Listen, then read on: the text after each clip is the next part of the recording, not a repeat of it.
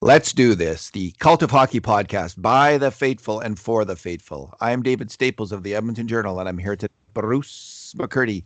Hey, Bruce. Hey David, how are you doing today? Good.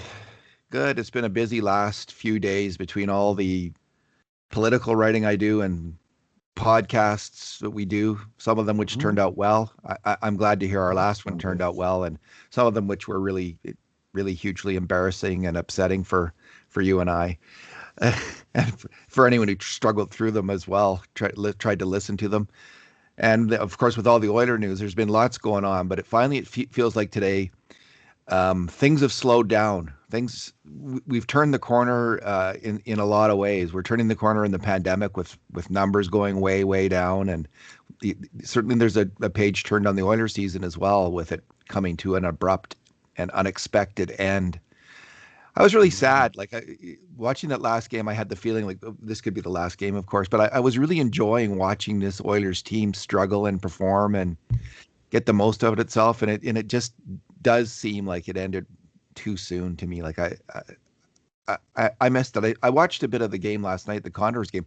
And by the way, I don't know if you got my email. We both subscribe to the AHL, and you can watch those games for free, Bruce. Oh, okay, good. Then I will actually go back and watch pieces of the. They won three in a row in overtime. Go figure. Exact same thing that happened to the Oilers the other way around. They lost three in a row in overtime. And in case of Bakersfield, of course, it took them through one series, and it gives them a one-game lead in the best of three finals of the Yeah. Pacific Division. I guess they have a chance to sweep tonight, do they? If they win tonight, I'm saying it's winning the Calder Cup, man. Like, this is as good as it gets for the Yeah. AHL. So there you go. Okay. Yeah. So Holloway wasn't playing. So in terms of prospects, it's a very, let's be honest, this is a very veteran laden Yes, team. now, yeah. And he's playing, like, Kesselring wasn't getting many shifts. I was a little disappointed, honestly, like that Woodcroft wasn't playing Kesselring more. Hmm. You know, what value is it for the Oilers to be like for the farm team to be running Kevin Gravel and Ryan Stanting with heavy minutes and not Michael Kesselring? So, like a, Yeah. Well, yeah. All you need to do is look at the list of players who scored the winning goals in overtime for the team. Seth Griffiths, Brad Malone, and Adam Cracknell. You know, those are the yeah, three veteran forwards on the team, and they're lighting it up. Two of those guys have got 7 points in the four playoff games.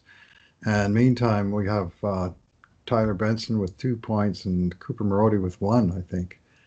So on the other hand, Stuart Skinner's been getting a good yeah. time, and winning make or break, do or die games in overtime. That's a real good solid experience for whatever ice time they're getting for Stuart the young Skinner's, guys. yeah, Stuart Skinner. So to be fair to Woodcroft now, so Benson's playing a lot, Marody's playing a lot. They're both still prospect class players. Stuart Right. Skinner's playing a lot. Vincent Desharnais playing a lot. Hmm. It's just really Kessel. I wanted to see Kesselring play, so I was just Right. disappointed that Lindstrom's playing a lot. I don't know. Lindstrom's not really a prospect. He's 26, 27 now. He is a hell of a hockey player, Bruce. He's really their best defenseman Hmm. um, on the Bakersfield team. So I think, and so he's in. I hope they bring him back next year. I think he could be in the running because he's a I noticed he good had hockey player. six shots last night. I went through the box score. He had 6 shots, and he got in a fight, which was a little bit of a surprise. You know, I expect to see Swedes in fights very often. Though, I He's mean, feisty. obviously it can happen. I mean, Gabriel Landeskog had the Gordie Howe hat trick in the first game of the playoffs, but they he's he's like clearly like they don't have ice time. I really wish they had ice time. It was such a breakthrough when the NHL finally added ice time to their player stats because it Oh, tells you yeah, I so see what you're much. saying. Yeah. Tells you so much about as a stat in its own right, how much is the coach using them, and then as a rate stat, how much is he scoring for the opportunity that he's getting. So you use it on both sides of the equation, right? As the numerator and the denominator. But we don't have that for AHL. But sometimes you can just tell if a guy's getting that many shots, and you know that he's and he's sort of racking up some of the other stats that go with it that they're using him a lot. And Lindstrom in the series, like I think he's had what 13 shots and he's got 3 or 4 points, and he's clearly playing a role. And I'm with you. I like to see more from this player, and I think they certainly have to consider. And of course, he might say, "I didn't come over here to play in the American Hockey League. I'd rather be in the SHL than the AHL." And who would blame him if he said, "Failed experiment. I'm going back." But Depends the how much team, money he makes. Like he's paid. yeah, Like if he's paid more hmm in the AHL, they can make it worth his while. right. So I hope they bring him back because the Oilers still have, depending on Clefbaum, have a hole. Anyway, so we're going to talk about what we're going to talk about today is the Oilers' playoff performance in terms of the defensemen, the goalies, and the coach and the GM. And we did the forwards last time. So what we're looking at is how did these guys do in the playoffs? Did it raise their value to the team or lower it? Kind of look at that fairly limited question. hmm And we'll maybe talk a little bit about we can start off talking a little bit about Ken Holland's press conference, Bruce. There's some little pieces of news that came out of it. They're looking at a buyout or two possibly. They're going to try to sign Mike Smith again. Oscar Clefbaum still a huge question mark, and a little bit of positive commentary about Devon Shore, who we went over last time. And in the process of the podcast, I changed my mind on the player. I'm still on the fence. Holland, hmm what did Holland say about Devon Shore, Bruce? Well, he just talked about consulting with him in the main press conference, but then on Oilers Now with Bob Stauffer, he did an extra 15 minutes after the 65-minute presser that he did earlier, and he maybe even 20 minutes with Bob. And the subject of Shore came up, and it seemed to me, I don't have a precise quote in front of me, but it sounded like they want to sign this guy, and they have restricted free agent rights. And of course, this past year they signed him to NHL minimum after a PTO. And he did come in, and he was a bit of a versatile guy. Played some center, played some wing, played some penalty kill. Played physical. He made some sort of catch your eyes in a good way, individual plays, but his underlying stats were terrible. Yeah, and Like his he was below 40% shots on goal, yeah. and all the related stuff, scoring chances and so on. And to put that in perspective, 40% is 2 shots for every 3 against. So to break even, you have to have a shot or a shooting percentage that's 50% better than the other team, just to saw off, right? If they're getting 3 shots for every two and they're shooting at 8%, well, you need to shoot at 12% just to break even.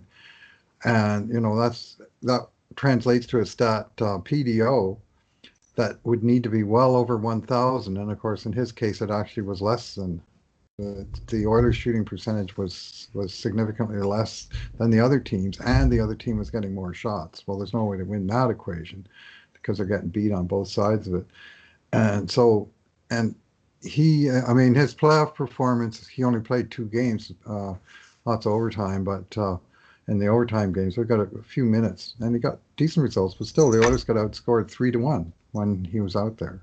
Like, Yeah, he's a player who looked good in the hmm playoffs, hmm but so and he looked good on the checking line towards the end of the season. Like he did seem to.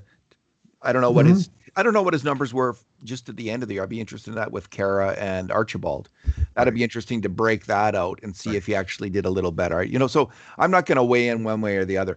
By our scoring chance metric, where we try to look at just the individual actions of the player as opposed to Right. what happens, on ice, which are numbers generated by large groups of players. Like, it's attributed to Shore, but it's, that's a number earned by 20 players that he's played with over time.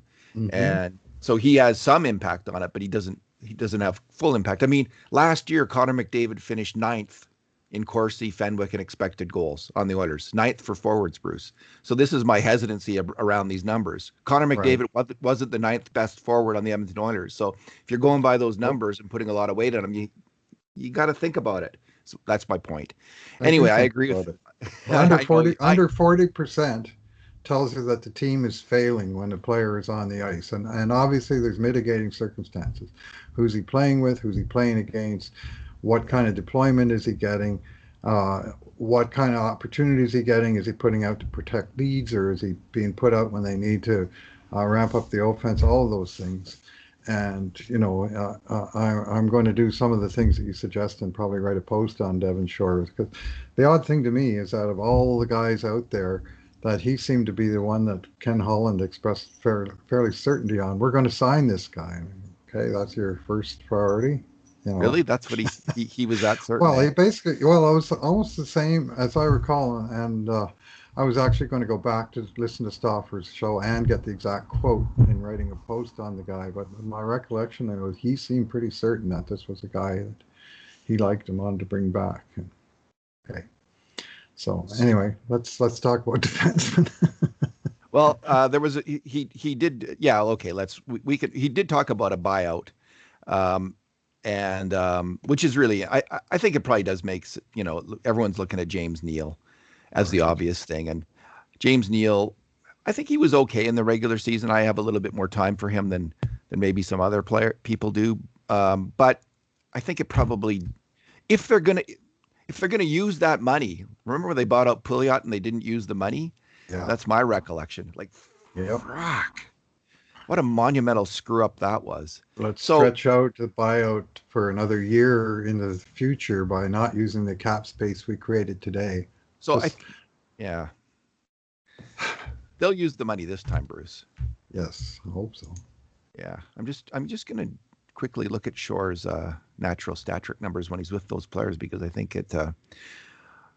Okay. What? He only played 12 minutes at even strength? Oh, this must be for the playoffs. Okay. Sorry, I'll just get the regular season here. Yeah, so here we go. So when Devon Shore was with Jujhar Khaira and Josh Archibald, their numbers were not much better. Their 2 goals for 3 against in 80 minutes of play. That's it, eh? I thought they played more than that. Yeah, just 80 minutes together. Well, that's probably for them 8 games. Yeah, they're not playing a lot of even strength time. Their shots for and against were 39%. So goals for were 40%. So they're about the same, Bruce, as his other numbers. They didn't get worse or better. Yeah. So anyway, what we'll do with all of these players is we'll do the keep, hold, or fold on each Oilers player going forward. We'll do a deeper dive into Shore and James Neal, and really, I just think you need to really think hard about it with each player before you can come up with an assessment. Let's move on to the defenseman now. Let's start with Adam Larsson. Bruce, do you think he increased his value, decreased his value based on his playoffs? What's your take on him, his play? I was moderately disappointed with his play in the playoffs, to tell the truth. He'd been so solid down the stretch, and he was such a reliable player protecting leads and stuff in the third period. And his pairing with Kulikov in 3 games and with Russell in the 4th game, and Larsson, I'm not sure if he's a minus player in every game, but he was a -4 on the series. And he was part of the problem on most of the goals against. And, I think of the goal in game 1 where Tucker Pullman just went right in between him and Kulikov, while Wheeler, I think it was, shot from the outside, and Pullman went to the net. Nobody went with him, and he tapped home a bad rebound. And then, of course, game 2, the screenshot from Stastny that won at 1-0 in overtime, that basically went right through both Kulikov and Larsson, decided that game. And then in game 3, there was the 4-3 goal, I think it was, where Kulikov coughed the puck out, and then they couldn't put out the fire. And then the last game, Larsson was kind of trapped up ice on the game-winning goal in overtime, where Pionk made a good play to pick off McDavid's attempted shoot in and make an absolutely perfect chip up the wall. Man, watch the replay of that goal and see how good Pionk's chip is. That it basically hits the blue line at the same moment that Connor does, where Kyle Connor doesn't have to slow down at all, doesn't have to wait for the puck, he doesn't have to chase it down. It was like a perfect lead pass. It was like one touch off the wall stretch pass for a breakaway, and it was just had the perfect touch on it. But Adam Larsson was kind of in the middle of nowhere on that, not aware apparently of Connor behind him, and just kind of floating up the ice behind the rush, thinking probably McDavid's going to get it in, do something with it, and I'm going to watch, right? Well, he watched Connor score. It was just the wrong Connor. Yeah, of those goals, the ones that really get me, that were kind of uncharacteristic for Larsson this Exactly. year, were the Pullman goal. Come on, Yeah. you got to cover him, Adam Larsson, and he knows that. And the final goal, the breakaway where he might have been confused by Ethan Bear shifting off so quickly. I don't know. Like, although they're both right D men, but so odd. The guy coming on was a right D man. I mean, how often do you see that? the whole thing was just so screwed up, and so he might be caught up in the total screwed upness of he was on the left side of was the the whole problem. thing. Bear went off, and Larsson almost never plays left. Yeah, But because Bear went off, he was on the left side, but he really wasn't at the right depth. yeah. And So that was a bad one. He just didn't. There were moments when he looked like the Adam Larsson. There was many moments when he looked like the Adam Larsson of the regular season, and he made great plays. Just every solid defensive play. I recall the third game after the power play goal by the Jets, that Larsson made three really great defensive plays on one shift. He was providing kind of the veteran defensive leadership that was needed in that moment to calm everyone down. I was remarking, I wish he could play the rest of the game. And most of the series he was like that, but there were some uncharacteristic slip ups from him, many more a higher rate than he made in the regular season, and some of them had really bad consequences. So nonetheless, I think when it's weighed all together, the chances that the Oilers don't want Adam Larsson back are zero. And I think there's actually kind of a broad, interestingly, on a defenseman, because there's always such wide variety of opinions on defensemen. I think, and again, because I think most stats don't do a very good job of rating defensemen. So, but there's quite a consensus among Oiler fans that Larsson needs to come back, that he's a priority signing for this team. So, do you need to go shut the door or something? Yeah, I'm going to go shut that window the next time you're speaking. It just takes one neighbor to turn a quiet neighborhood into an unquiet one. Okay, well, why don't we move on? Let's talk about Darnell Nurse, and I'll start talking about him, and you can go shut that window. So we're going to talk about Darnell Nurse here and his playoff performance. I think that he raised his value. He had a very, very good regular season. He was slightly better in the playoffs. He, after quite a rancid playoff performance in last year against Chicago, Nurse struggled in the playoffs, but this time he was at least as good as he was in the regular season. Overall, he played well. I thought his attacking was very strong, especially. There's moments on defense where he was also involved in breakdowns and mistakes and goals against. I believe. Let me just see that if Nurse was actually a culprit. And he just one goal against actually with Nurse, where he a puck deflected in off him. Right. In game. That was very much more bad luck than anything else. It was the guy deflected it off a Nurse's calf and in. It was one of those, Matthew Highmore style deflections where, the puck is shot in the air at the middle of the net and it hits guy's stick and it hits something else and it finds a corner of the net. And, what do you do about that? I like the player a lot, Bruce. And I like the closeness of the guys at the top of the team.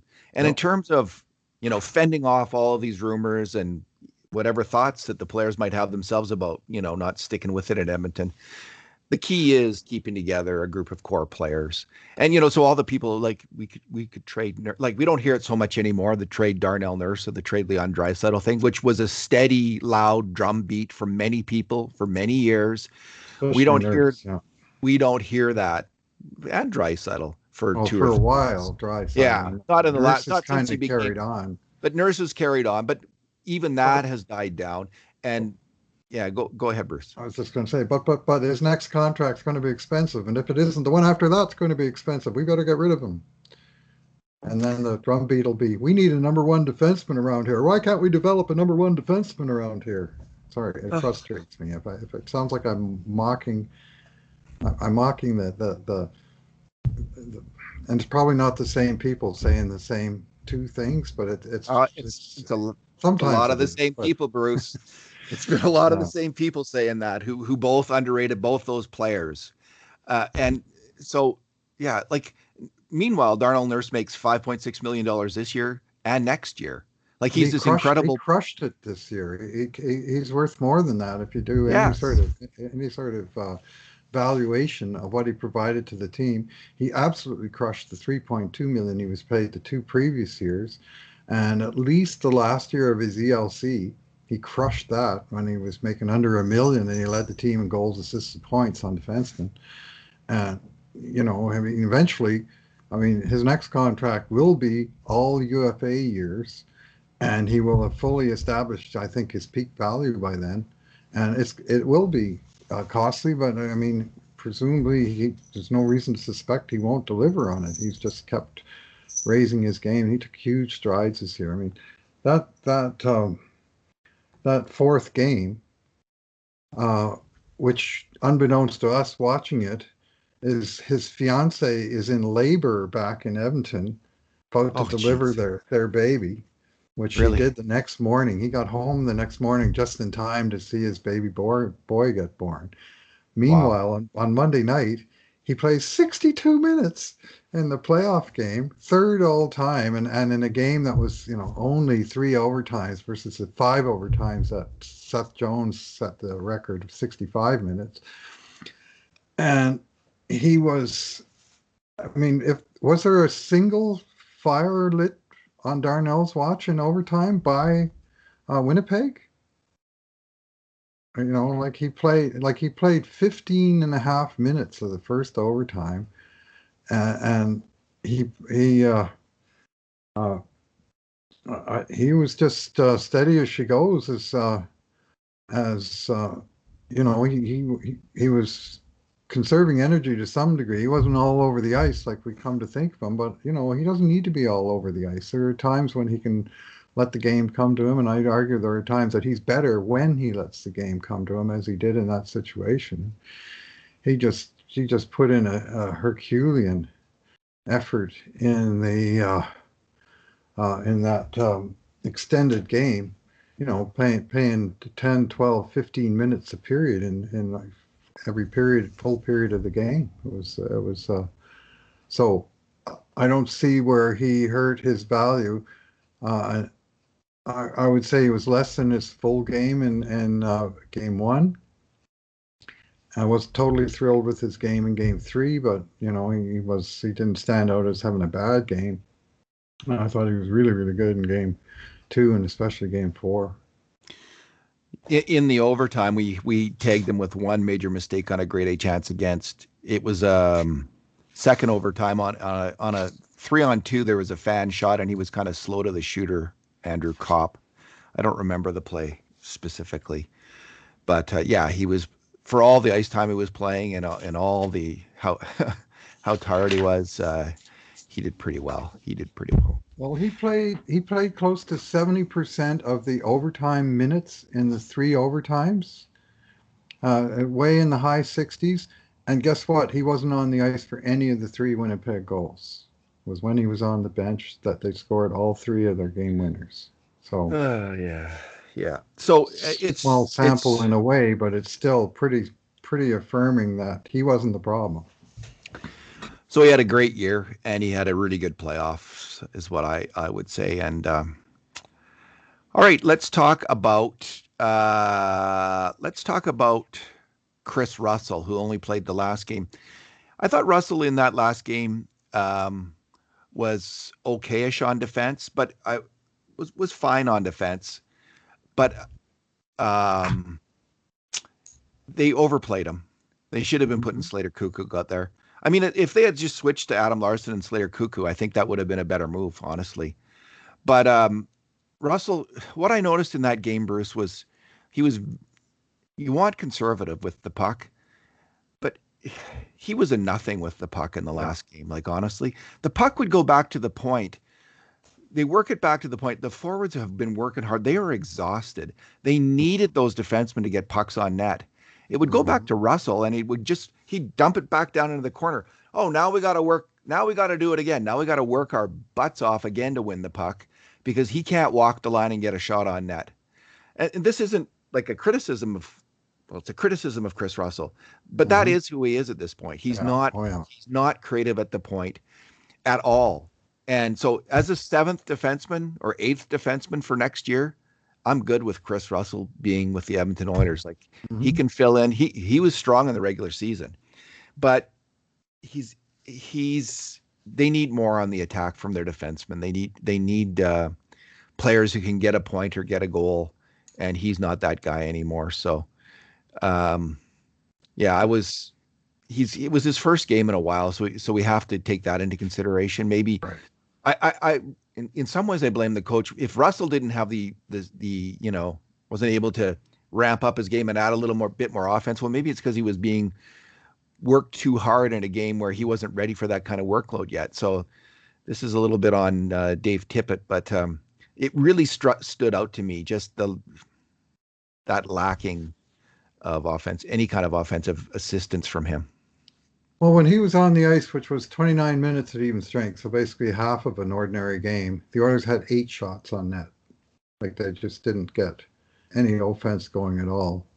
And it was, and he's playing every other shift. I mean, Russell and Larsson, there's not much chance of the Oilers scoring really when they're out there together. And they were getting every other shift, so they were trying to conserve energy. I mean, as was Darnell. I mean, you could say maybe Darnell, if he was playing a little bit less, there would have been a play where he maybe could have jumped in and made something happen for the good. But I'm sure we'll talk about that when we're talking about Dave Tippett. But Russell specifically is a player who's already signed for next year, who at least he checks a box for the expansion draft. They may not need that box may be checked more than once, depending on who they wind up leaving unprotected. But he's signed at something reasonable for what he is, which is a veteran, savvy, defense-first defenseman at something close to his value, like at $1.25 million. I'm not sure if it's a value contract, but that's going to open up almost $3 million in cap space right there. The Russell new contract, whereas a lot of guys you're looking at, well, if we bring back Larsson or Nuge or Barrie, it's going to cost more or the same. And bringing back Russell, they've filled a roster spot, but they also made a big improvement in the cap space in doing it. So I'm not unhappy they brought him back. If they just like given him a significantly bigger amount, it might not have been worth it. But I think they came to a reasonable settlement for 1 year extension at less than a third of his old rate. In that last game, I think he was uncharacteristically out of position for a few slot shots that they got. There was an early one by Scheifele where he was in the middle of this, not covering the man at all. He just seemed a little bit. Penalty kill. They scored on that, didn't they? That was on the power play. No, that was just before then. But right after that, there was one on the power play where he didn't block the pass over, and he allowed a pass over to Dubois late in the game. On on a 2-on-1, which, he's pretty good at covering those off. And there was another one where Perot got a good shot and he was out of position, these are all things don't normally see from Kris Russell. So I'm going to cut him some slack in that playoff game, like not to base too much on it because he's just coming back. He hasn't played in a game in a couple of weeks at least. Was it a month? And the Calgary game that he got hurt, Koekkoek took him out. Yeah. And they didn't play Calgary for a long time down the stretch, and this was game 4 of the playoffs, so it was a better part of a month. Yeah, fair enough. So he was out for a while. So I'm not going to put a whole lot on it. I wouldn't even brought up the offensive stuff, but this is what we saw pretty much all year from him. He was the least likely Oilers defender by far to make a major contribution to a grade A chance. I mean, other than William Lagesson. He and Lagesson were at the very bottom, and it just speaks to the lack of oomph in their passing and shooting games for both those players. So, yeah, Russell's back. And all right, Tyson Barrie, Bruce. I liked Tyson Barrie's last game quite a bit. Mm-hmm. Playing on the top pairing, he just kept it simple and moved the puck and didn't take any chances, which is a really good game for Barrie. Like when he plays that game, he looks like a valuable player for a team. He didn't, maybe as the season went on, I was just noticing him making more and more flubs on pinches and allowing 2-on-1s against. Maybe he was trying to go for the points, like lead the league in points, and he was trying to force things. Looks good on the stat sheet. Maybe that, he just wanted to score, which was kind of the dead time of the season. So wasn't that huge, but that continued on into the playoffs in the first few games. So much so that he got bumped down the lineup justifiably. And Ethan Bear didn't do any better than Barrie in that role. But I don't think Barrie, he didn't help his cause. He didn't force them. He was going to have to come up with this huge effort where he stood out on the top pairing as this guy that they just can't be without. If he was going to have the Oilers try to sign him, pay up the money that it's going to take to sign him, I don't think he accomplished that. Although he looked good in the last game. I just see the Oilers going with Bouchard, Barrie, and Larsson for almost certainly, and moving on from Tyson Barrie, who made a great contribution in the regular season, but just NHL economics will force the Oilers' hand, and he'll go elsewhere. Yeah, I think so too. Like, I don't think he much moved the needle in the playoffs. Like, he was all right, and his underlying numbers were actually pretty good in terms of the Oilers holding close to 60% of the shot share when he was out there. And I agree with you. I thought he was strong in the last game, and I thought he was among the most composed of the Oilers defensemen with the puck. Like, he was doing stuff with the puck in that last game and handling it with, assuredness and making positive plays to move it and not really getting ripped up defensively. And I just don't see how the contract's going to fit into, the contract he's looking for, which is term and presumably dollars both. Like, you want to sign that guy for 4 times 6 or 4 times 5.5 when you got Evan Bouchard waiting in the wings, who's on an entry-level contract for the next 2 years, and you got other holes in your lineup that need filling. I'm not sure you do. And in the playoffs, the Oilers only scored 2 power play goals, which is his forte, and one of them was a 5-on-3, which strangely Tyson Barrie wasn't on the 5-on-3 unit. It was the nurse they'd bring out for the 5-on-3, and so they only scored 1 power play goal, 5-on-4 in the series, and of course they didn't get that many power plays. That's another rant. But the ones they got, I didn't think they really took as much advantage of as they could have. There was a few dead power plays in there that didn't do much. And I'm not saying that's Tyson Barrie's fault specifically, but he did not shine in that situation. I think it's fair to say that. Yeah. So I think Larsson, they need a defenseman like Larsson, a shutdown defenseman. They need an attacking defenseman. Mm-hmm. in Evan Bouchard. I mean, part of me is attracted to the idea if you could have Bouchard and Barrie and Larsson. Like that's kind of Mm-hmm. that would be an interesting lineup as well. That would be mean moving on from Ethan Bear. Ethan Bear is a lot less expensive though than Tyson Barrie, and he's Yep. a better defender. Yep. And he didn't have a great year on the attack, and he had Mm-hmm. some iffy moments in the playoffs. But Yep. I think because Ethan Bear's just entering his prime as a hockey player, he's a Oh, cheaper sure. contract. He played very well in the last half of the season. Ethan Bear, I thought was very strong and had earned promotion. When he did get promoted to that top pairing with Nurse in the playoffs, he had earned that. Now he struggled there as well, and he had that bad turnover in Game 4. Didn't play again until the crazy shift at the end of the game. But Right. these are just that was so uncharacteristic, honestly, that pass that Ethan Bear made of his season. He didn't make he hardly ever makes turnovers like that. He's not like Mm-hmm. Kulikov, for instance, who tends to make more turnovers like that. That was just Seemingly. that was just one mistake that was an aberration. It happened. It had terrible consequences in that game. But I think the Oilers will decide we're sticking with Ethan Bear Mm-hmm. over Tyson Barrie, and we're going to see how that works out. And I think it's the right decision. Yeah, well, I think it is is the way to go for sure. I like the player. I think he took a little bit of a step back this year, and Yeah. I think he was. I mean, if you look at the three uh, rookies who made a big impression on the team in uh, 1920, uh, he was one. Caleb Jones was one. Kyle Yamamoto was one. And all three of them, to me, took a step back in 2021.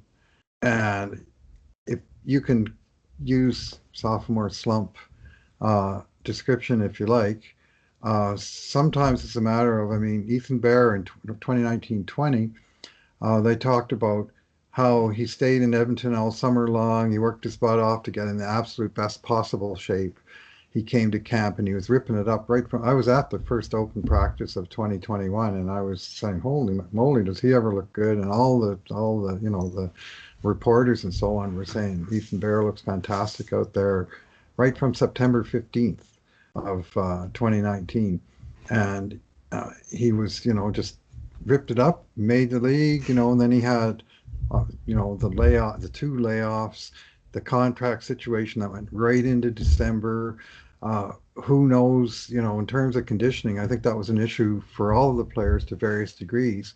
Without wanting to criticize him, I would suggest there's a pretty good chance he didn't come to camp in January in quite the tip-top form that he was in 2019, and that may apply to all of those guys. And I think a lot of those sophomore slumps are this: is that first year, they're pumped, they're everything is going their way, and then after the year, I think, oh boy, I made it, I'm in the league, and there's this tendency to maybe just that little margin, and it that second year is a wake up call, and then oftentimes, and in fact, usually, I'd say they come back in the third year and they've sort of learned from what went wrong in the second year and remembered what went right in the first year, and they kind of get it back on track. So I would say all three of those players, that's something to watch for in 21, 22. And it's just part of the learning experience. But I think they got a good player in Ethan Bear. His skating's a bit muddy, but he's a real battler in those one-on-ones, and he does move the puck nicely. And one thing I will say is that the organization has already gone to bat for him in the last day in response to these offensive feedback that he's been getting online from a small percentage of the fan base or whatever it is. And, it's all well and good to criticize, let's criticize him equally. He's part of the team. He deserves the same kind of scrutiny as any other player on the team, but there's absolutely no reason to bring his heritage into it in any way. And that was both discouraging and at the same time heartening to see how many folks, including the team and the NHL, that went went to bat and defended and praised him as an excellent role model. And so that's been it's been a kind of a unsettling day or two on that front. But Yeah, I really I like McDavid yeah, stepping up and yeah, his yeah, teammates. That's what I McDavid. like. That's what I like to Yeah, see was his yeah, teammates stepping up and saying how inappropriate and yeah. gross and all those things.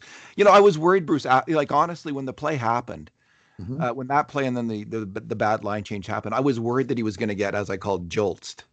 Yeah. Where Justin Schultz made a few terrible turnovers, and I like looked bad on goals against, and so some people just wanted to run him out of town. It just got so poisonous. So I was worried actually when I saw that play from Bear. I was worried that there were going to be like just an overreaction in just hockey terms, just based on his hockey ability. The fact of the matter is that kind of play was just so uncharacteristic for Bear. He Hmm. has such a high hockey IQ that you might make more of it because Justin Schultz made more of those kind of bonehead plays, I'm going to suggest, but Bear hardly ever makes them. And so that's what you have to take into consideration. There was a mistake under pressure in a big game, but he doesn't make those kind of mistakes very often. He's very solid with the puck. He makes good reads and he makes up for his lack of skating ability because he reads the game so well defensively as well.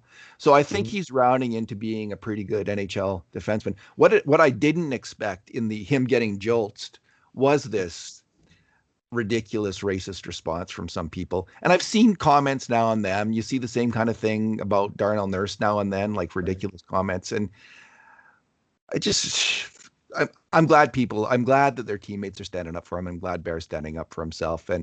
And, um, just leave it at that, I guess. Team in the league. Yeah, it's the pushback. The pushback was heartening. The fact that the pushback was necessary, disheartening. But Yeah, it's the age where everyone's got a platform now, Bruce. Every person can say what they think and get publicized, and so we see and what they can everyone's thinking now, hide behind a pseudonym, and or they, whatever while they're doing it, and be yeah, the keyboard warriors. yeah. So Oh it's God, yeah, different. It's a different world. But some of these problems, of course, are historic. That go way back, and it we sure like to do. think we're making progress. I think the progress, it's obviously not perfect, but the progress is measured in how strong was the response versus how weak and lame was the original issue. And it's like I say, criticize him for his play. I mean, we criticized Adam Larsson for letting a guy get past him. We can do that without saying, well, it's because he's a Swede. I mean, it's got nothing to do with it. He's a hockey player. He's part of the team. Deal with it. um, Kulikov, Hmm. Bruce. He played so well that the coach benched him in the last game, and I liked it actually. I don't know. I don't. Will he be back? I doubt it. I mean, I think um, we were just talking about Lindstrom. Right. I think Lindstrom's a better player than Kulikov. Like seriously, Kulikov is he's a big guy who can hit. I like that. He moves Hmm. the puck okay, Hmm. but I just like Most of the the time. most of the time. Yeah, most of the time. This is the problem with Kulikov. Most of the time he's good, except for those times when he's not good at all and he makes fundamental mistakes. And I think part of Larsson's problems were coming from playing with Kulikov a little bit. Just you just can't really rely on him to be on top of the shooter at the right moment. Like even like the overtime goal in game 3 that went through him, like, just get a little closer, get stick on puck, like make the play, block the shot. Um and make the pass, don't make the turnover. That was also in game 3, was it not, where one of his turnovers uh ended Led up to the in the 4-3. Edmonton Yeah, net. it was Yeah. game two Is that game 2? that he let in the goal, overtime goal that went right through his legs, and game Okay. three that he coughed the puck up on the 4-3 goal that really sort of Yeah, let opened me the just floodgates to here we yeah. go. So, So he was okay. He's an okay player. If you needed a depth defenseman as your seventh D man, I'd be okay with Kulikov. Like if you didn't have Chris Russell, Kulikov would be a good player in that seventh D man role. Like there's nothing stopping him from doing that. But I don't think he raised his value enough to earn another contract in Edmonton. I don't think that's going to happen. Your All thought? right. Well, the good news here is that because the Oilers didn't win a playoff series, the condition on the trade didn't kick in, so they didn't have to give him a third rounder, just a Oh, fourth rounder. that's The good. condition was win a playoff round. They upped the ante to a third round pick. Uh, he reminded me in some ways of another Russian defenseman with a somewhat similar name, Igor Ulanov, who played with somewhat similar defense partner as Adam Larsson and Jason Smith, the original Gator. I often call Larsson the Swedish Gator because they reminds me of the same sort of uncompromising defense first, in your face style that he plays. Um, and Larsson and Kulikov did kind of remind me of the Smith and Ulanov pairing. And my lasting memory of Smith and Ulanov was them getting beat by Dallas Stars in the 2003 playoffs, where they were lit up for a couple of goals in the crucial situations, and unfortunately, that's what happened with this pairing. And I think it's a matter of they rented the player, and now that they pay the rental fee, and I think they're probably going to move on. I don't hate the player. There's some things about him I really like. I like his physicality and the way he bounced guys that took runs at him. But uh, he and his he had decent. The Oilers had decent possession and stuff when he was out there, but his mistakes weren't just mistakes. They tended to be blunders. Slater Cuckoo, Bruce. I think that Slater Cuckoo raised his value in the playoffs, and he was already had pretty good value from the regular season till he got hurt. He's a good player. I said before, I didn't know what to expect when he got to Edmonton. He really impressed me. He's a kind of an all rounder, maybe in a fairly limited sense of that word, like not an all rounder in the top pairing, but he can move the puck. He can defend. He's a smart player. He adds to the attack. He's aggressive on the attack. He moves in and joins the attack. Um, his one egregious mistake happened in the general team meltdown after the Ethan Bear turnover in Yeah, game 4, and but it was the kind of mistake that 90% of the D-men are going to do. Everyone gets puck focused and they're all desperate to make up for the turnover, and he went sliding past the shooter. But everybody else also panicked on the ice at the same moment. Every single player involved in that play didn't make the right play, and they made an iffy situation far worse than it yeah. had to be because of that. So, and then he got benched, and that Four of them was, got benched. yeah. Oh, well, they all did. They all got benched. Everyone except for Shore, who was That's for also made a sure. mistake on that play. So, but I think he's only. You think he's 27? I wouldn't be surprised if he even got a 2-year contract. Mm-hmm. If it's at the right amount for like 800,000, 900,000, $1 million, he's a solid third pairing guy. The only thing that would stop them from doing that is they already have Lagesson and Jones under contract. They got Philip Broberry coming up. They have Lindstrom, so they might be thinking we'll just Right. give him 1 year. But I do think he will get a. I think he'll Yeah. get a 1-year contract, and I don't think that will be a mistake. Yeah. Well, it could be that sliding attempted defensive play is his last moment as an Edmonton Oiler because he Could be. never saw the ice again after that. And I mean, he's back on the pile. Like the only difference between him and 100 other guys is that they have a couple month window here where they can decide. They can negotiate with him. But he's, I believe, unrestricted this summer, Yeah. and he, uh, from his perspective, he's thinking, well, I made some inroads with the team, but also getting benched for one mistake is, that's going to sting, and it's probably not going to make the player have a real warm feeling towards his coach. And Maybe Bruce, but the coach did pick him over Caleb Jones, right? Like the guy who had been playing yeah, all along. And as soon as yeah, Cuckoo's healthy, the coach says, "Oh, yeah, you're that's my true. guy." So there Mhm. is that vote of confidence. Slater Cuckoo's been benched before in his career too, I would suggest. Yeah, So it's probably yeah, not a no, new this is thing. true. So that's a, I don't, I mean, that's a fair comment, Bruce, but I don't know if it will really. mhm. If they offer him a contract, there's a pretty good chance that he would accept it. But I think so. it's It'll be, I would suggest 1 year, and that would be, I would suggest in the $1 million Yeah. range or under, just under. Yeah. He's a third pairing at best. Like he does not project to me as a top four like ever. But he's a decent depth defenseman, absolutely. The question would be, do they think so? You know, what's happening with Oscar Klefbom? I don't think they're counting on Oscar Klefbom from next year. And so they have Nurse, and then who do they have? It's just a big question mark after that. Was Philip Broberry ready to play in the NHL next year? No, I think they'll want him to play in the AHL, especially based on how his season in Sweden went in the second half. They're going to want him to go and play in the AHL, but half the year over. But they're going to want a veteran, at least one veteran. So they have all these guys under contract. Russell, Lagesson, Jones. One of those players probably heads to Seattle, I'm guessing. So there's two plus Nurse. But Kulikov probably out. Yeah. So Kulikov probably out. So who are they going to count on in their second pairing is a big question mark. Could they count on Cuckoo to do that? Could they count on Lagesson? So. They're going to count on Jones? No, I don't think you can count on him. That's a tough one. Of the three, I'd say Jones is the likeliest to be able to step into a second pairing, but he did not.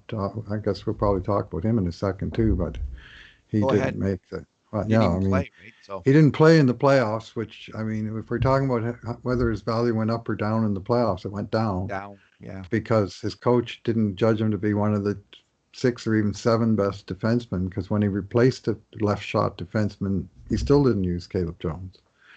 So his value, I think, on the season went down a little bit, and in the playoffs, he had no chance to improve his case. I mean, the good news from his perspective is he does have a contract for next year, and many folks are projecting that he'll be the one that Seattle Kraken take from the Oilers in the expansion draft. Well, it's certainly he's one of several possibilities, but those of us, myself included, who projected him being on the protected list of defensemen have caused rethink. And my current projected list does not include Caleb Jones, and it did before. I just don't think he did enough. And I mean, we're going to lose a player, and we're probably going to lose a half decent player. But is it a catastrophe if they lose Caleb Jones to Seattle? I don't think so, because I don't see him. I mean, potentially he's a top 4 in, a few years, and potentially he's just, we don't know yet, I guess. And such a weird player because Bruce, he played pretty well the last 2 years when he got chances. He was looking like every indication that he was ready to step up and be an NHL player. And this year, his defensive game just went out the window. Like he just seemed like he had a crash in confidence. And he was trying to force things. He lacked composure with the puck. He would make bad reads of the play. He was trying to force things, and it wasn't working. And it just led to bigger problems. I mean, he made almost, by our grade A scoring chance count, he made almost twice the rate of major mistakes on grade A chances against as any other defenseman on the Oilers. And that includes Tyson Barrie. Twice the rate. It was a really bad defensive season for this player. So I don't know what to make. I wouldn't surprise me if he went to another city and he became a top 4 D-man, second pairing left shot D-man, and did really well and had a good run of 5 or 6 years in the NHL. Mm-hmm. Wouldn't surprise me in the least. And I would like the Oilers to give him another chance and for him to have another opportunity here. But I actually think Slater Cuckoo has a better chance to be a fill-in until Philip Broberry's ready. I think Cuckoo has a better chance of filling in the top 4 next year than Jones does. Personally, I think that has at this point, a higher likelihood of success. Not either of them having a great likelihood of success, but Philip Broberry might just need half a year in Bakersfield for us. It's too bad we didn't see him or Holloway in these last run in Bakersfield, because then we'd have a much better sense. Like, do the Oilers really need a left winger to play with McDavid, or is Dylan Holloway going to be that guy next year? We would know more about that, but we don't have that information because they didn't get that, COVID interrupted, or injury and COVID interrupted it for kind of both of them on a certain level. Kind of odd when you think about it, though, that they brought Brovary over and they brought him to Edmonton when there was zero chance he was going to play here. He could have played in Bakersfield. Could have been in there. I don't know if he could have Was there got a some kind of? visa issue from Sweden in the Oh, United right, States right now, right. Bruce, was You're the right. thing. And I don't know if he could have even got a visa to because that's why That's the thing. Philip Berryland didn't get a chance to play for the Bakersfield Condors because he couldn't get over there. So yeah, so it's just they've got a. It would be great if Oscar Klefbom were healthy. That's all I'm saying. But wouldn't that be great? I Hmm. mean, if suddenly Oscar Klefbom was good to go next year and was close to his 2017 self before he got all really banged up, and so we can have our fingers crossed about that. But there's a we'll look more closely and in more detail at each of these players. But right Right. now, it's just a ton of question marks, isn't there, on the left side? Yeah, on Caleb Jones, if you're digging deeper into him, or we are, we can look at maybe it's my selective memory, but I'm wondering if he was the most likely defenseman to get burned for a breakaway than anyone. It seemed like guys would get behind him and he would be, they'd hit the long bomb pass on Caleb's side of the ice more often than it should have happened. Let's put it that way.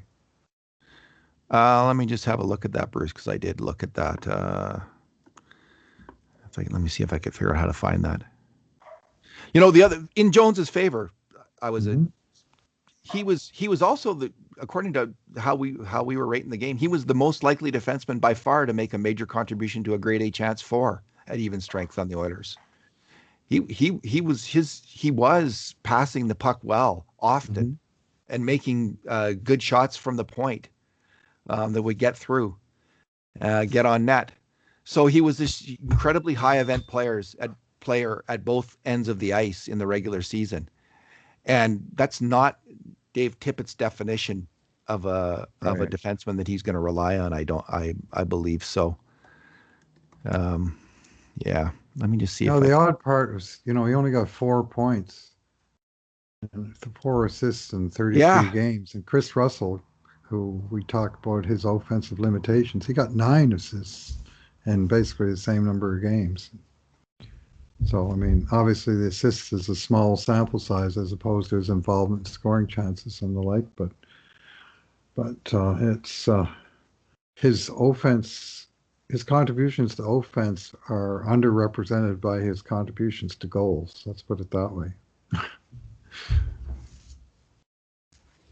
Yeah, near the end of the year, yeah, he did allow the most breakaways, Bruce. Hmm. He on a rate basis by far. Yeah, He allowed 3 breakaways this year, and Tyson Barrie allowed 3, according to what we in were way seeing. more minutes. And yeah, in way more minutes. Like Barrie almost had 3 times the minutes, Yeah. or he had at least 2.5 times the minutes. So yeah, Caleb Jones, like his when you look at turnovers, bad line changes, bad pinches, breakaways, his rate of bad mistakes, as I was calling Mhm. them, was the highest for any defenseman. Blunders Uh, per 60. Blunders per, it was 10 times the rate of Chris Russell. So people wonder why. Oh, what does Wow. Dave Tippett see in Chris Russell over Caleb Jones? That's what he sees. That's what he saw. Like we've time stamped these. We saw Mhm. them. We don't have anything against Caleb Jones or No. against Chris Russell. We Oh. actually like Caleb Jones and Chris Russell. We like all these players. We're hope cheering for them all. But this Mhm. is how we saw it. We saw 10 times the rate of bad mistakes by this one player over this other player. Completely unexpected. I would never have guessed that. I might have guessed double the rate for, Right. because Yeah. they're 10, different. Because 10x Russell is, doesn't make hardly any of them. Larson and Russell made hardly any of them, yeah. but Barrie and Jones made a ton of them, and so did Kulikov. He was third worst, third Yeah. highest rate of bad mistakes. So anyway, let's move on to the goalie, Bruce. Mike Smith, I think he obviously, Ken Holland's already addressed this. He wants to re-sign him. I just think that's kind of course you re-sign him. He had a great year. He had a really good year at least. He was good in the playoffs. He played well enough for the Oilers to win. Um, I didn't feel he let in that many bad goals in the playoffs. Hellebuck wasn't even that much better than him, but he was a little bit better than him, and that made a difference. Yeah, Hellebuck was a lot better in some measurements, because most uh, the Oilers had the lion's share of the flow of play, and the expected goals and so on that the Oilers were expected to score based on the shots and type of shots that they generated.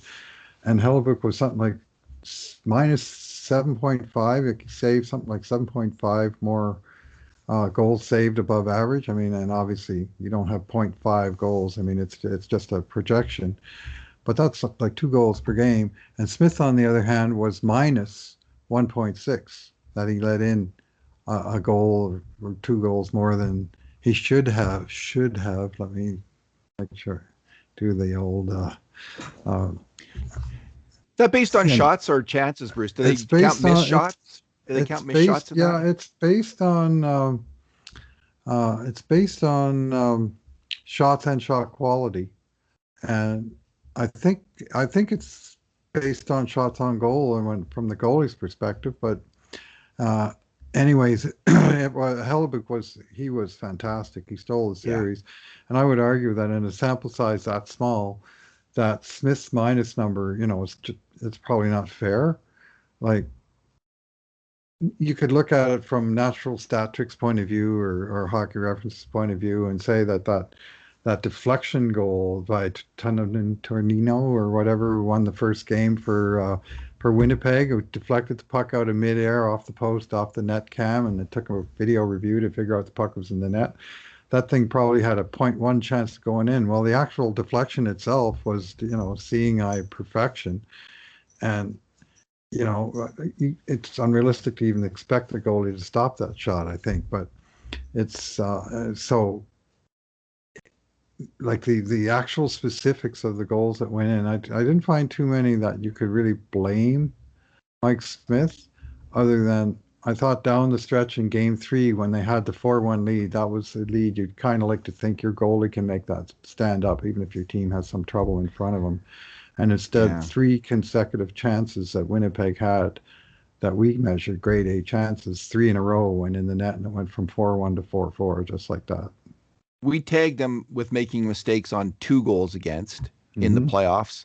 Okay. There was one where the Pullman goal, where he punted out the big rebound on a not very difficult shot, and Pullman put it in the net. So that was a bad mistake, actually. Mm-hmm. And Larsson and Kulikov also made mistakes. And there was another one where Wheeler scored. Oh, this is in the in the run of horrible moments. And so in that sequence of pain, starts off with a Kulikov turnover. Mm-hmm. Jujhar Khaira's puck watching on the play instead of covering Blake Wheeler, and he cashes in on a rebound from off of Smith. So that was a bad one. The Kyle Connor goal in overtime, the last goal, was borderline AB, right? That was one of the shots where Hellebuck probably would have made that save, right? And all the other ones. Yeah.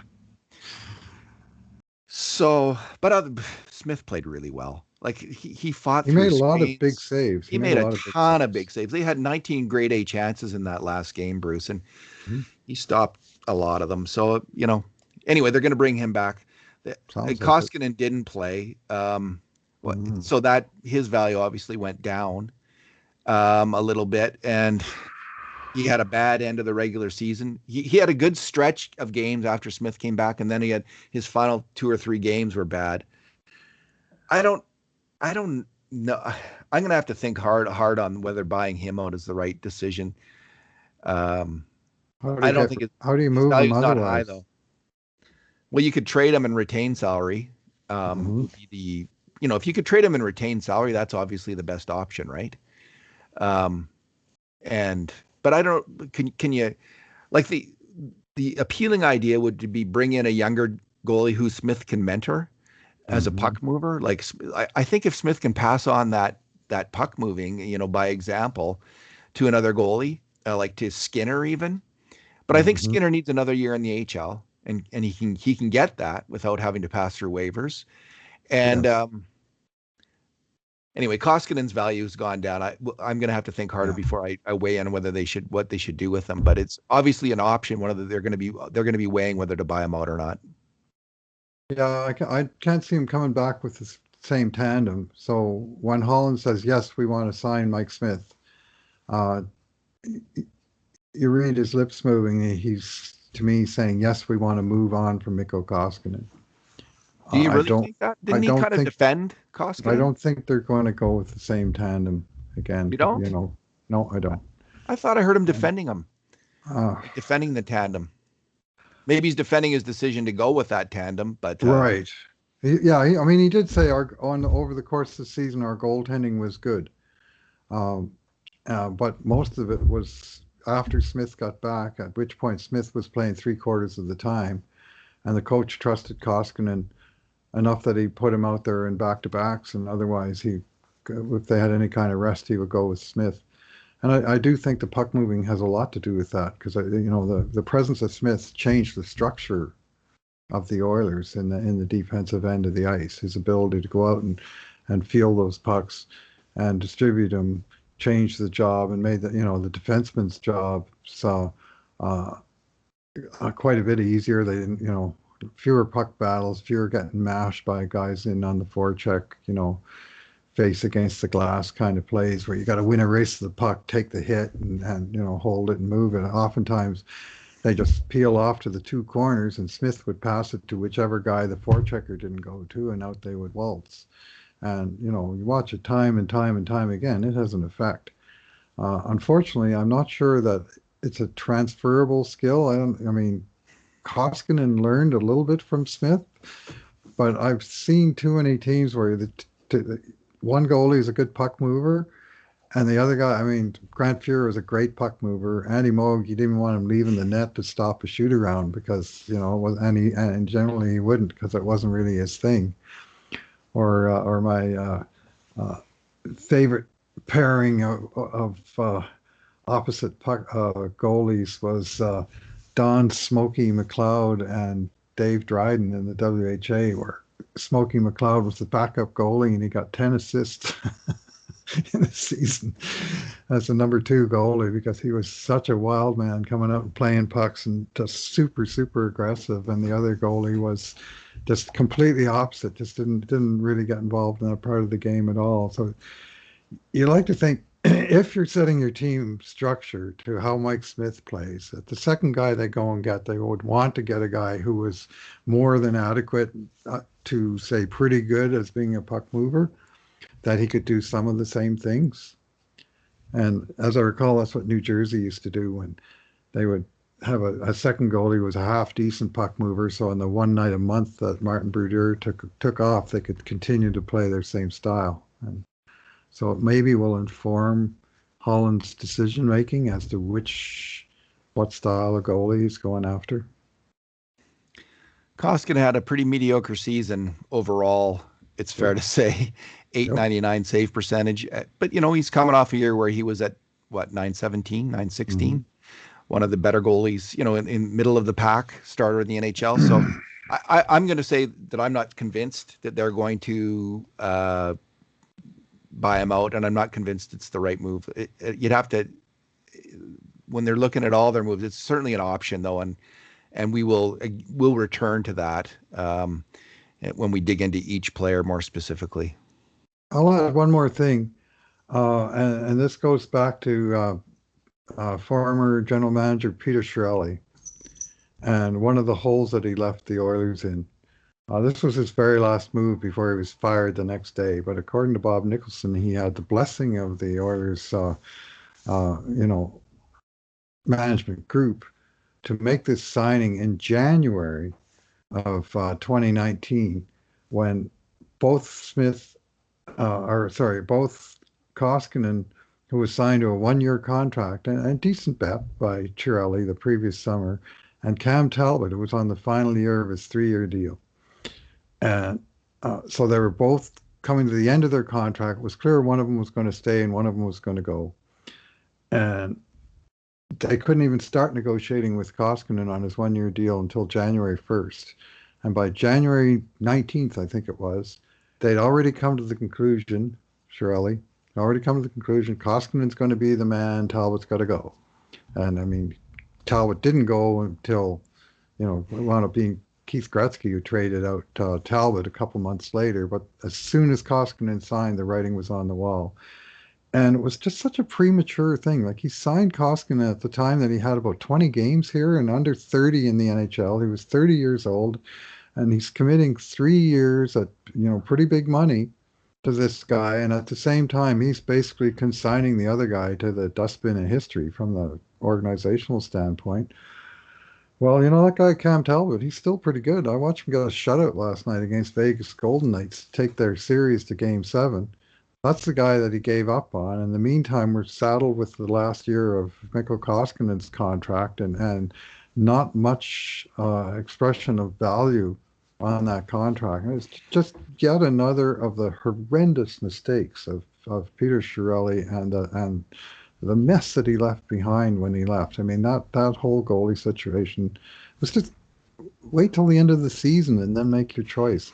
Because at the time that he made the choice, not only did he, commit to Koskinen, but Talbot he knew he was the odd man out immediately, and it's still January. And, it was poorly handled from a couple of different perspectives. Even anyway. Here's one cautionary tale about moving on from Koskinen. A lot of people didn't want Mike Smith back this year, as you recall. Mm-hmm. Yep. And they wanted players like Aaron Dell. His name came up a lot. This year, Aaron Dell played 7 NHL games. He had an .857 save percentage. Nice. Heard Aaron Dell a lot, and might have raised it myself as a possibility. Yep. Another Braden Holtby. Some people wanted Braden Holtby. Mm-hmm. 21 games played, .889 save percentage. Okay. Some people wanted the Oilers to make a trade with Columbus, get Joonas Korpisalo. 33 games, .894 save percentage. I heard people excited about, what's his name? Jacob Markstrom. 43 games, .904 save percentage. So I guess it's kind of an iffy thing. Yeah. It's an iffy thing in some ways, goaltending, figuring out who's gonna come up big for you, who's not, more than any other position. And the recent history of Edmonton goaltending should tell us that. Most people were okay with Cam Talbot leaving Edmonton when he did. I think probably we were, if I'm not mistaken, at the time. And he's resurrected his career with a new team. So it's just Jacob Markstrom. If the Oilers had signed Jacob Markstrom to that big contract, many people at Edmonton would have been thrilled with that had happened. Look at the year he had in Calgary. John Gibson, people have been saying, let's trade for John Gibson for years. John Gibson had played 35 games. He had a .903 save percentage. Now that's playing in a terrible defensive team. Maybe they were employing the Swarm in Anaheim this year as well, for all I know. So anyway, I guess I just have I'm not going to say that I know what the best, maybe right. After all of it's a tough one, Bruce. And because Koskinen could come back next year and he could be the goalie that had the .916 save percentage the year before. Why not? So maybe that's what Ken Holland's thinking. And then you got to weigh buying them out. Buyouts. Like if they're going to buy out Neil, 2 buyouts, really? I don't think can they even have they used up all their buyouts anyway? But if you're going to buy out Neil, do you really want another one? Are you really going to use that money wisely? Is that the right move? If you can trade him and retain salary, that's far more attractive if you can do that. But can you get a better backup for $2 million? Like if they retain half, it's like 2.25, right? Can you retain? Is it half that you can? Yeah. So for 2.25, could you get a better backup than Mikko Koskinen next year? Probably, maybe. But if Koskinen rebounds, then that backfires in your face. So right. It's just, to me, it's kind of a difficult decision, and it's fraught. Right. Well, I'll make a final point that Koskinen, I mean, we tend to turn the goalie conversation into a very one-dimensional save percentage because his first job is as a stopper. Yeah. And if you don't stop it, well, it doesn't matter what else you do. Uh, but such a goalie, I mean, all of his value is in his save percentage. And especially in the case of Koskinen, who maybe gives up an extra rebound or two here and there, you want to have a save percentage that's above average simply for his performance to be average because he doesn't really bring other things to the table. He's not a puck distributor uh, I mean, 2 years in a row, the Oilers allowed a couple shots more per game with Koskinen in net than Smith is in net. Well, he better stop those couple extra shots, so he should have a save percentage higher just to keep his goals against average the same. And last year he did. This year it was the other way around, and his both his save percentage and his high shot rate, he had a 3.17 goals against average. It's not that great. So No. Some more names that we were talking about that I was talking about. So I don't want to mhm, place this like I was talking about these players. mhm, Antti Ranta, 12 games for Arizona, 905 save percentage. Darcy Kemper, who people were talking about trading a first pick for. He played mhm. 27 games in Arizona and had a 907 save percentage this year. James Reimer, another name who came up, 22 games, 906 save percentage in Carolina. So I guess I'll just leave it at that. Bruce, let's move on to the coach. Okay. How do you think the coach did in the playoffs? Well, I think he did 0-4.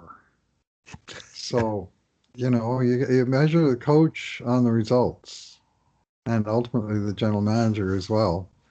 And he coached 4 games and he lost all 4 games. Now, they were incredibly close games. The process was largely pretty good, even as the results were bad. The Oilers had, uh,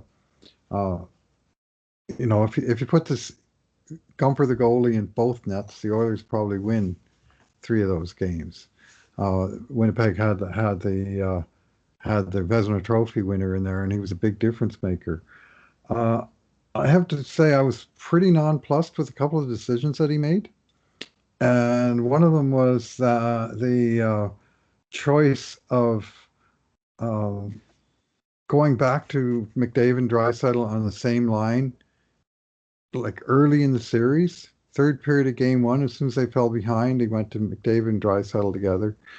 And they played a part against Winnipeg for, I think, 73% of the time they were apart and 27% together.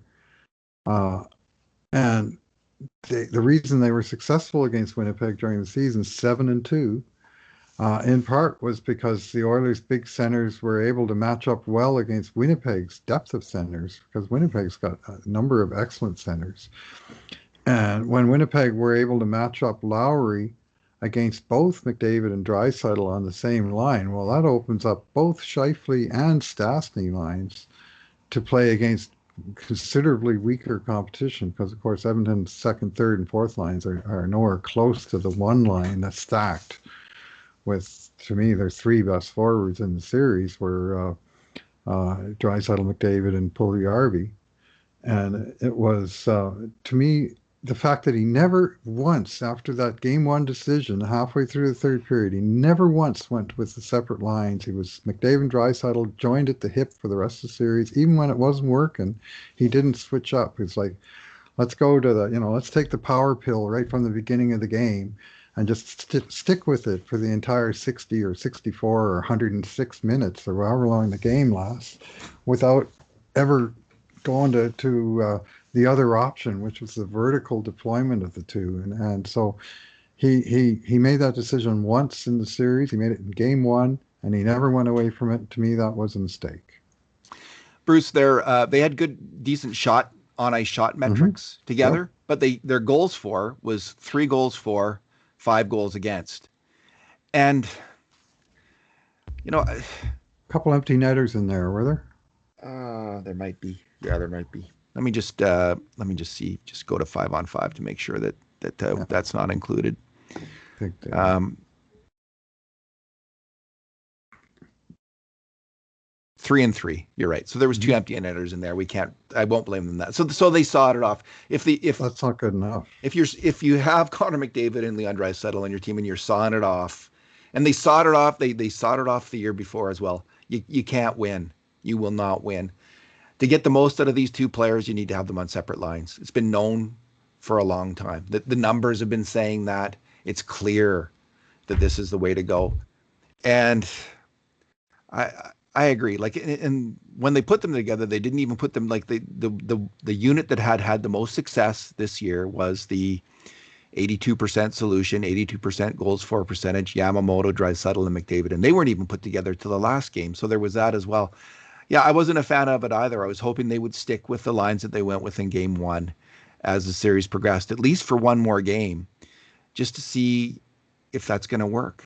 Because when you're matching up against Adam Lowry, they just loaded up that line with great checking players. Winnipeg has them, and they were able to neutralize the Oilers' best line that way.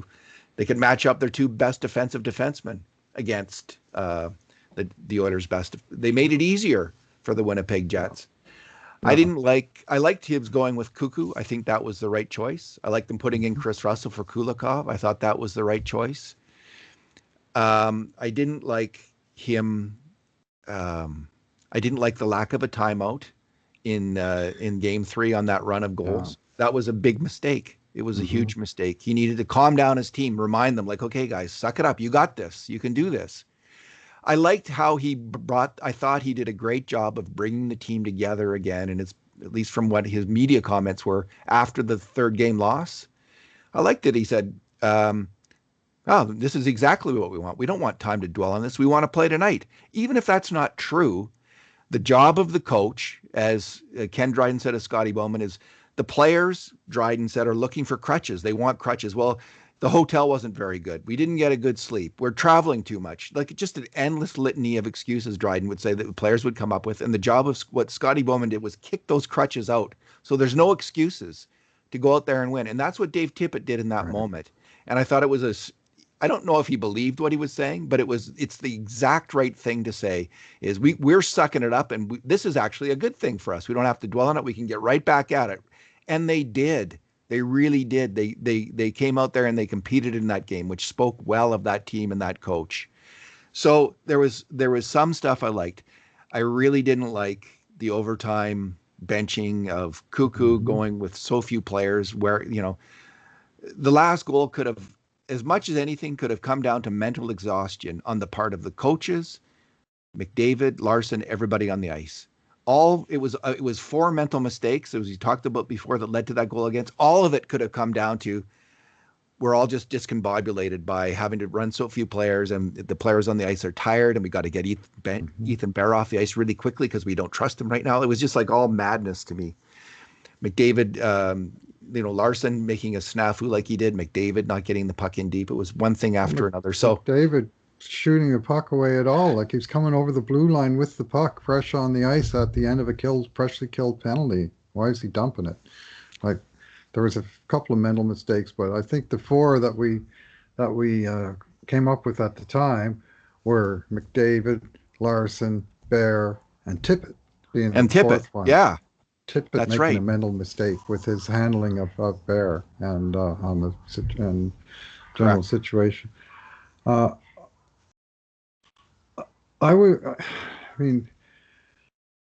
I get that it's a win-at-all-cost situation. Running with 13 skaters through all that length of time, and never going away, even as the game got longer, and you got Peter Klima sitting on your bench. You got to put him out there at some point, and they've got a. I look at the long view of the Oilers are trying to develop a team, and a team with an identity.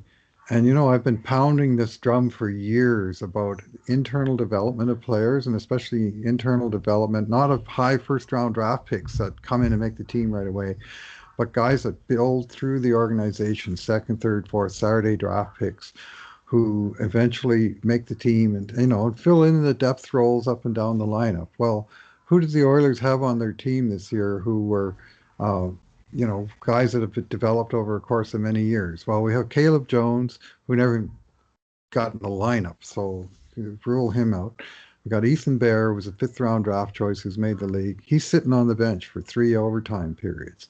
We got Jujhar Khaira, a third-round draft choice who gradually worked his way into the league and has been a part of the team for a long time. He's sitting on the bench for 3 overtime periods. We got Ryan McLeod, second-round draft pick, and he's a little bit ahead of schedule. But when push came to shove, he's sitting on the bench for 3 overtime periods. And these are the guys, they're coming back next year. Well, what did they learn from that situation?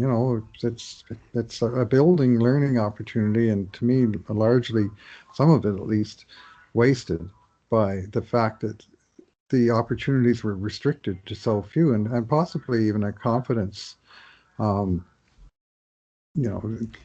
not crusher, but it's not a builder when your coach doesn't trust you in an all-important situation enough to even put you out on the ice. So they said Khaira, McLeod, and Chason, correct? Yeah. So Chason and Bear and Kuckoo. And Bear, yeah. So Chason, you're thinking of he didn't make a mistake on that last goal against. And Bruce is just going to shut the door here. And the thing about Alex Chason is, why not put Alex Chason out there for a shift? He's the one winger who's least likely to make a mistake on a grade A chance against all year, and in the playoffs where he did not make one.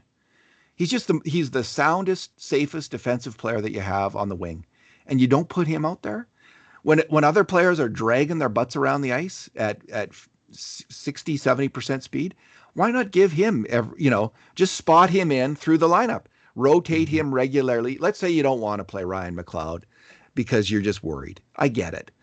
But can't you spot in Jujhar Khaira, who's a solid defensive player, and can't you spot in Alex Chason, who's a spot, like even if you're running 3 lines, just give the other guys a rest now and then. So yeah, I think if you talk to I don't know, if an exercise physiologist weighed in about peak performance and how athletes, what you can expect in terms of performance drop over time when they're overtaxed like that, I think they would say this was madness, Bruce. This is just me speaking off the top of my head. I haven't heard anyone weigh in like that, but my sense is they would say that was just not a very good idea, coach, and you should reconsider your tactics next time around.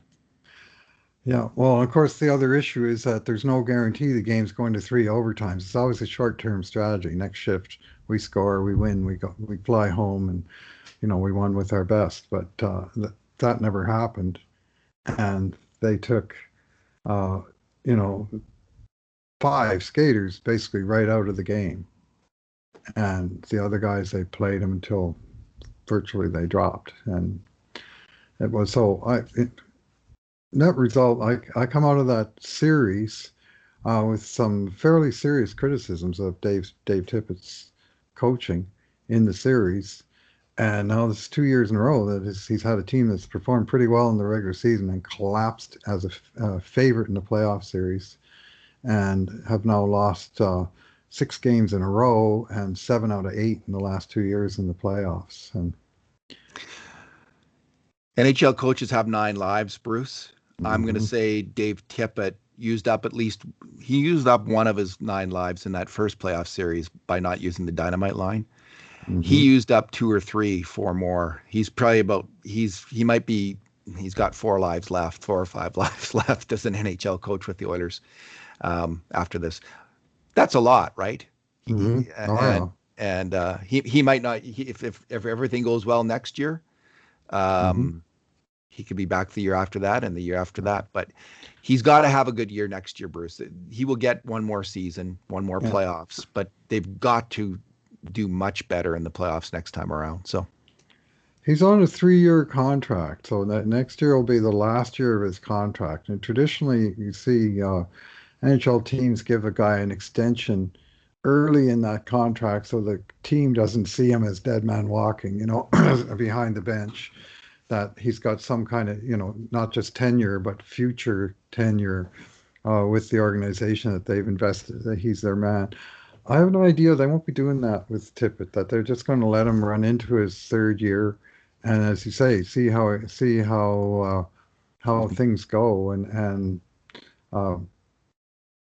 he's, and I don't foresee him getting fired during the season or anything, but it'll all come down to the playoffs. And if the team doesn't perform in the playoffs next year, then I can't imagine they would stick with him if they failed in the playoffs 3 years in a row. So it's No. it's Yeah. going to come down to that. So he's on a 1 year contract at this point. It's going to need to be a good year, and it's really going to need to be a good playoffs.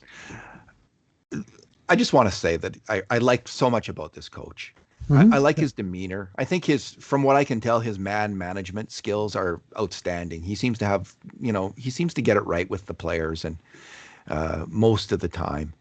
And to be a really solid leader for the players and not too high, not too low. He's doing all he's getting so much right. The special teams he's gotten right.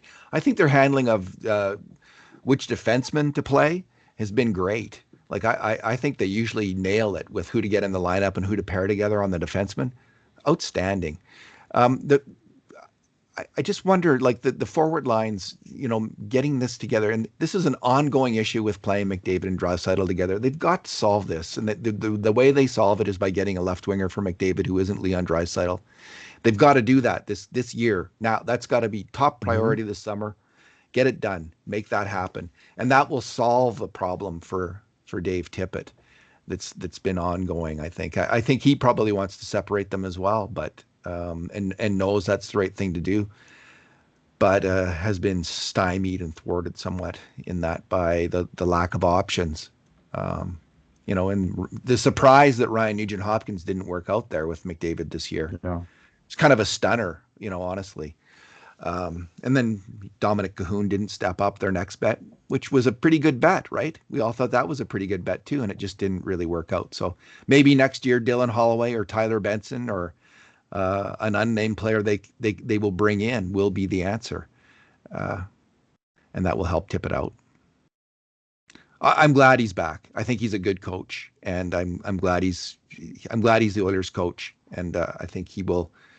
He does have the ability to put together some great lines. He did it with the Dynamite line. He did it this year with Draisaitl, McDavid, Yamamoto. That really worked. He put together the Shore, Kara, Archibald line that really worked. He got some lines now and then that worked, and starting at the start of the year, nothing was working, and he gradually figured it out, but it didn't come together in the playoffs. So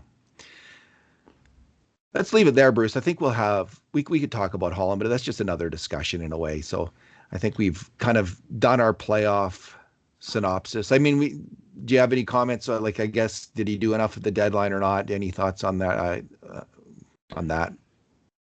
Well, the one guy brought in at the deadline got benched by his coach in the do or die game. So Yeah. it's hard to say that really worked out all that well. I thought it was a decent bet on the guy he made.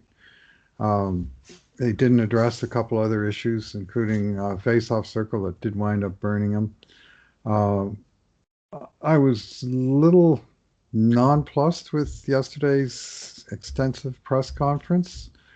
That was a whole lot of sort of rambling about his time in Detroit. You know what, Ken? You've been in Edmonton for 2 full years now, and you're here for at least 3 more based on the 5-year contract you signed. And I know that your experience in Detroit informs how you want to go about it, but this isn't Detroit anymore. This is Edmonton, you know.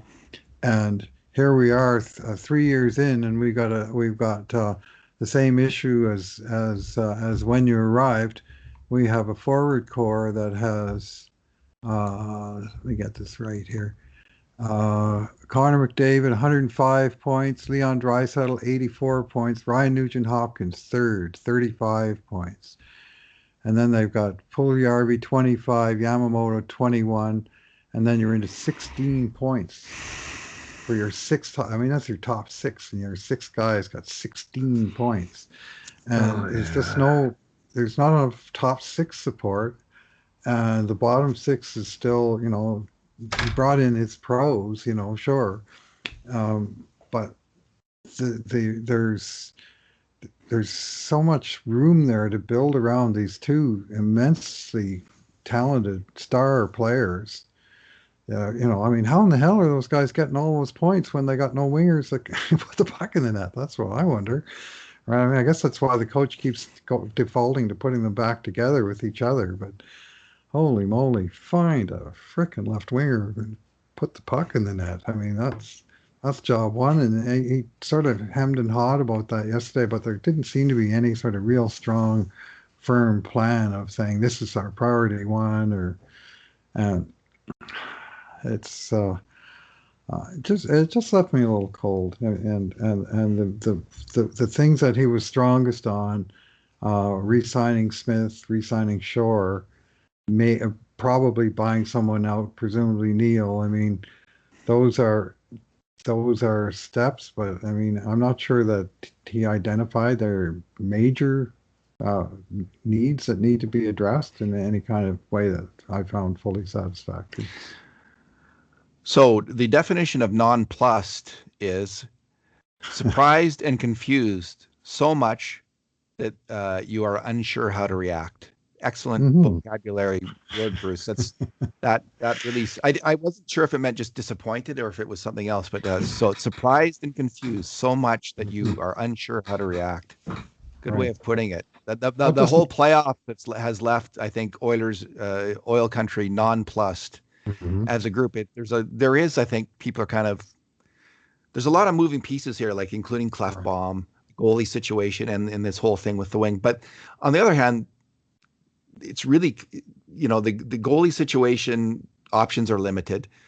Clefbaum, it's going to turn out how it turns out. But the forward thing, he's got to get on that. He's got to find that veteran Yeah. two-way winger. Doesn't have to be a big scorer, but he has to be able to cash in Hmm. on obvious chances. Who can play with Puljujarvi, because I think Puljujarvi might be the scoring winger Hope so. that's going to make it happen with McDavid. But they need that third piece on that line, and it's disappointing that it isn't Ryan Nugent-Hopkins. So, but they got to make it happen, and that's the job for Ken Holland this year. And Hmm. I hope he doesn't make a mistake. Like, hope it turns out as well as, let's say, Tyson Barrie, and is not as poorly as Kyle Turris, who we didn't even mention, who will be in the AHL next year, I think.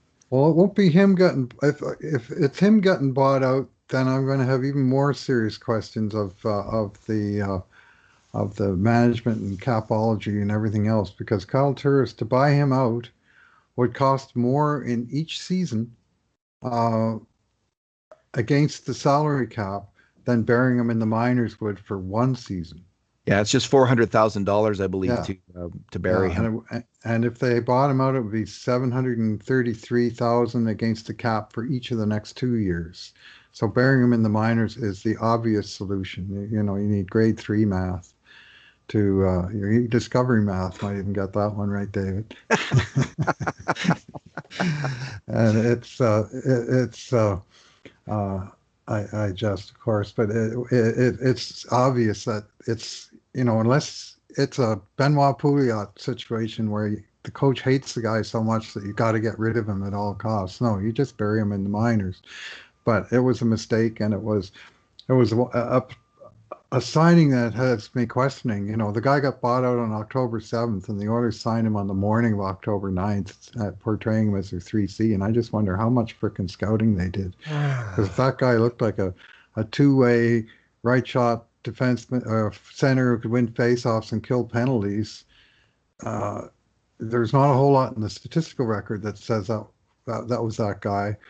And by what we saw by eye, he never was that guy. And it was Huge just, miss, yeah. huge miss, and consequential for the team, Bruce. If they Hmm. had found that right shot center could take some faceoffs and play covering the defensive slot, Hmm. different team this year. And they just totally blew it. And this was the Holland's problem in Detroit in his last years. He had scouts who weren't performing for him, both on the amateur side where they had aced it for a decade, they fell off, and on the pro side. They just and he brought some of those same scouts here, Tyler Wright, Yeah. and who may have, but Tyler Wright may have aced it with the Dylan Holloway pick. We'll see, and Archie Henderson. And Hmm. there's nothing I've seen in the Oilers pro player procurement with Archie Henderson in this key role that makes me think he's still the right guy for that job. So there are huge questions. And so my fear about bringing in a big winger, like paying a Mm-hmm. lot of money for the winger, is are they going to identify the right guy even? Right. Like, can they do that? Are they going to get this right or not? Is it going to be some gray beard? Like, and nothing against people with gray beards, Bruce. Is it going to be some gray beard? That's the word Holland used. Like he wants these gray Mm-hmm. beards, like Yep. Kyle Graybeard Turris.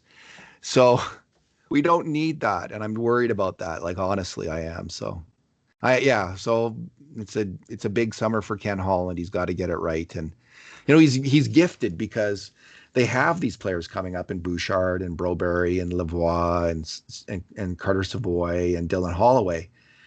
He brought in Holloway and Mm-hmm. he drafted Broberry. So Mm-hmm. a lot depends on Broberry's development, though. Of course, we'll see. Yeah. A lot of people aren't that bullish on that player anymore. They think it was a missed pick, and Yep. we could have Cole Caulfield or Trevor Zegras by now on Mm-hmm. the Edmonton Oilers. So we shall see. Bruce, let's leave it there. Yeah. Okay. Now that we didn't talk about Holland, and we only spent Yeah. what 5 minutes not talking about it, or maybe 10. Well, for you and I, that's just clearing our throats. So Yeah, yeah. I'm very much in the show me state on both coach and GM. Let's put it there. And I know they both come in here with outstanding track records, lots of experience, lots of things to like. But it's time, gents. You've got holes on the team that have been holes for a long time that need to be filled. And yeah. Thanks again, Bruce. all right, thanks for listening, everyone. And in the meantime, and in between times, this has been another edition of the Cult of Hockey podcast.